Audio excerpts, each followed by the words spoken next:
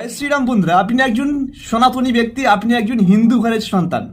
তবে আপনার ধর্মকে আপনি সম্মান করেন, আপনার ধর্মের যে নিয়ম আছে সেটা আপনারা জানেন। তবে একজন মুসলিম ঘরের মেয়ে সনাতন ধর্মে আসার পরে তার মুখে দিয়ে এত সুন্দর গীতা পাঠ আমি কিন্তু দেখিনি। তার মুখে স্পষ্ট ক্লিয়ারভাবে গীতা পাঠ করছেন সেই মুসলিম বোন, শুনলে অবাক হবেন। দেখুন সেই ভাইরাল ভিডিও। বিয়ের আগে যেটা পড়তাম সেটা হচ্ছে আমি কোরআন শরীফ পাঠ করতাম। তো সেই কোরআন শরীফ ছেড়ে আজকে আমি গীতা পাঠ করতে কি আদৌ পারলাম, সেটাই আজকে তোমাদের সঙ্গে শেয়ার করব। আর যদা যদা হি ধর্মস্য গ্লানি ভবতি ভারত অভ্যুত্থানম ধর্মস্য তদাত্তানং সৃজামহম পরিত্রাণায় সাধুনাং বিনাশায় চদুষ্কৃতাম ধর্ম সংস্থাপনার্থায় সম্ভবামি যুগে যুগে। কোরআন শরীফ পাঠ করতাম।